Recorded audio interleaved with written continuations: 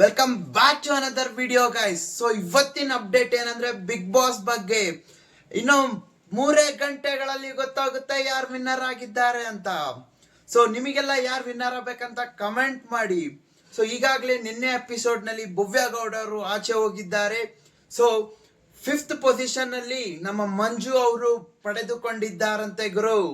So next 4th position Mokshitha Pai ಪಡೆದುಕೊಂಡಿದ್ದಾರೆ. ಇವೆಲ್ಲ ಮೂಲಗಳಿಂದ ಏನೋ ಕನ್ಫರ್ಮ್ ಇಲ್ಲ ಗುರು, ಇದು ಮೂಲಗಳಿಂದ ಬರ್ತಾ ಇದೆ.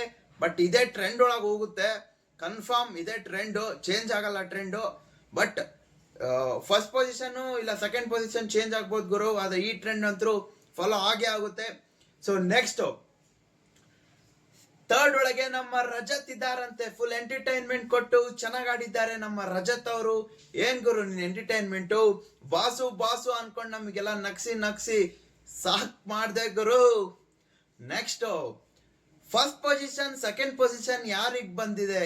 ಫುಲ್ ಪೈಪೋಟಿ ಇದೆ ಗುರು. ನಮ್ಮ ಹನುಮಂತ ವಿನ್ ಆಗ್ತಾರ ಅಥವಾ ತ್ರಿವಿಕ್ರಮ್ ವಿನ್ ಆಗ್ತಾರ? 50% ವೋಟ್ ನಮ್ಮ ಹನುಮಂತನಿಗೆ ಬಂದಿದೆ. ಸೊ ಚಾನ್ಸಸ್ ಬಹಳ ಇದೆ ನಮ್ಮ ಹನುಮಂತ ವಿನ್ ಆಗೋದು. ಹಳ್ಳಿ 5 ವಿನ್ ಆಗ್ಲೇಬೇಕು.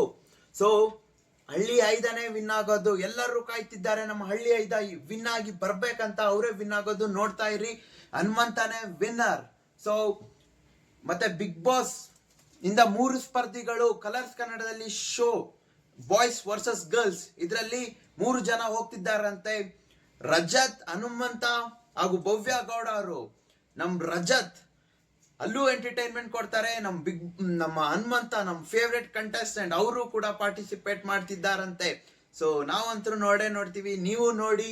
ಸೊ ಇವತ್ತಿನ ಅಪ್ಡೇಟ್ ಇಷ್ಟೇ. ಸೊ ನೋಡೋಣ. Thank you for watching my video. Video ಇಷ್ಟ ಆದ್ರೆ ಲೈಕ್ ಮಾಡಿ, ಶೇರ್ ಮಾಡಿ, ಕಮೆಂಟ್ ಮಾಡಿ. ಧನ್ಯವಾದಗಳು.